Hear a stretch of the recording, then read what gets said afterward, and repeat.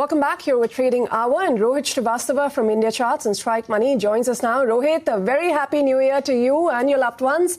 The last time we had a conversation here on CNBC-TV18, you said in 2026 it's time to move away from metals into equities. Equity is the new gold, but, we've ended the year sort of talking about these metals, precious metals, base metals. Do you still see some upside after the way some of these metal stocks have run up, in 2026 and where you see the broader indices in the near term and say 6 months down the line? No, thanks a lot, and a very happy 2026 to you. I think it's going to be a blow-off and fantastic 2026. And that is the setup that I see on the markets, especially after the last few days' action, where it's proving again and again that no matter what, we are not ready to go down. What we need is things to get set up correctly and take us forward from here.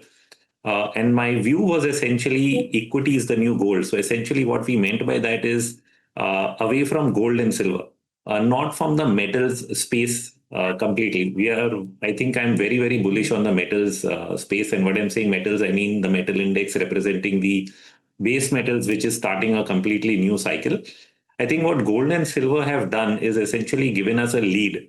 They've given us a lead indication of what is coming in the entire commodity space.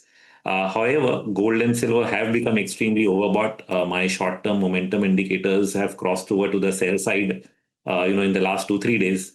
And so I believe this is an apt time to shift away from precious metals to equities. And that is the view that we've really taken. But when it comes to sectors, then we will stick with metals and a couple of others which are interest rate sensitive.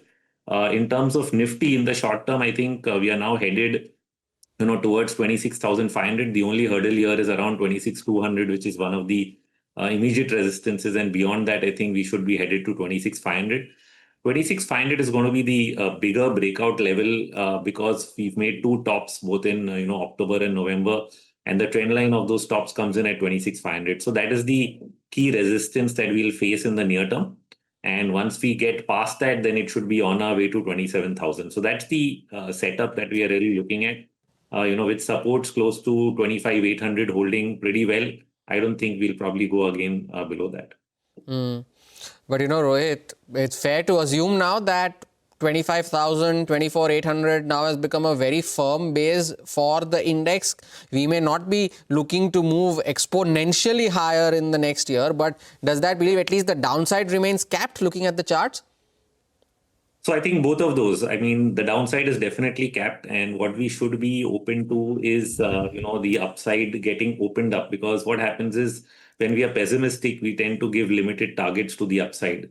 But when so much bad has already been priced in, things can only get better. So when we say it's going to get better, then you can start with a target of 5%, 10% for the year, but keep in mind that it can expand to 20, 30%. So that is what we don't often consider, that what it would look like if things actually improve for the better. So I think we are starting, with very minimalistic expectations. Which is why I think 2026 should be a blow-off year for the markets. All right. If you had to bet on one sector, one theme, and a couple of stocks that you believe would be outliers in 2026, what would they be? Would they be the ones that continue to do well, momentum, or do you think the ones that were beaten down have some support and now are likely to bounce back? So, when a bull market goes on, eventually you get multiple sector participation. But the one sector that I'm really calling out this time is the return of the commodity cycle. And that means that the commodity, rally that we've really seen continues, and remains one of the most powerful parts of the market. This is backed by what is happening globally. You're seeing a weakening dollar. You're seeing US interest rates get cut and the Fed really moving towards buying of bonds all over again. That usually means that you're going to remain in a weak dollar environment globally. Now, a weak dollar typically triggers the commodity cycle, which we have seen in terms of aluminum prices, nickel prices recently shooting up, for 6 consecutive days. And what probably people missed is, steel prices, because NCDX steel prices have gone up for almost a month or more. Prior to the news flow on, trade and tariffs that came in yesterday, which is, putting duties on China. But even prior to that, steel prices are already picked up on the NCDX. So what we are seeing is, I think, a meaningful change in the environment in the metal space. And I think that's going to be one of the standout sectors for the year as well. Okay, so some continued momentum in the metal space. But Rohit, in the telecom space, specifically Vodafone, given the recent news flow, some of the AGR relief also coming in, do you see a meaningful upside from here? The stock is buzzing in trade today, up above its, some of the recent levels we've seen. So technically, it is interesting. I will highlight that because it has, broken out of some kind of a congestion that was there for, couple of months down there at 6-7 rupees, and now it's at 11. Of course, it's not gone out of the 2-year range, which would mean getting past 18-19 bucks. But I do see that momentum slowly picking up. So if things do change for the better, it can definitely help it do better in the medium term. But what about a lot of these PSU names, Rohit? You saw towards the close of 2025 that there was some momentum building up in a lot of these railway names. Of course, they are beaten down 38, 40%, 50% from their record high levels as well. So within the PSU basket, railways, defense, oil marketing companies, anything that looks attractive at these levels? I think so far what you've seen is, performance of some parts of the PSUs, which means you've seen PSU banks do well, you've seen oil marketing companies do well, you've seen the PSU metal stocks do well. But what you haven't seen up until now, and you just saw it in probably RVNL, which you're talking on the railway space, where it, ramped up in 5-6 days.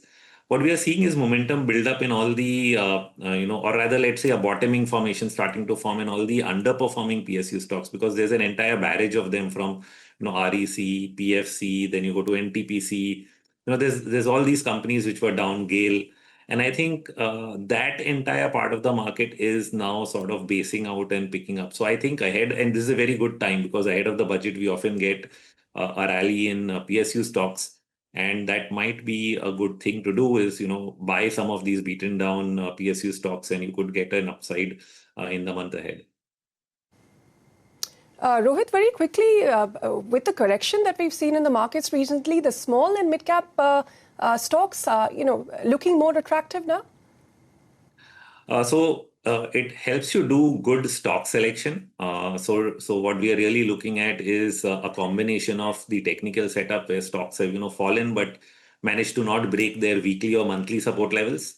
And within that, then looking at whether valuations have become reasonable. So there are many cases where, sometimes the stocks fall and earnings don't grow. Then we sort of ignore that. But there are many cases where earnings are growing and valuations have become reasonable. And so that sort of gets our attention. So this has been a good year for that, pullback to happen, a little bit of cleanup. But now I think clearly there are opportunities for the mid and small cap stocks. So we've been trying to cover more of them. And if we look at even the RS chart, which is essentially the ratio chart of mid caps to Nifty, it has been slowly heading higher, which means that you are seeing outperformance of the mid cap index relative to the Nifty on a monthly basis. So that's a good sign that the trend is still intact for the mid and small caps. It's not all done and dusted. Rohit, pleasure having you today. Thank you so much for sparing time and joining us. Wish you and your family a very, very happy new year. Well,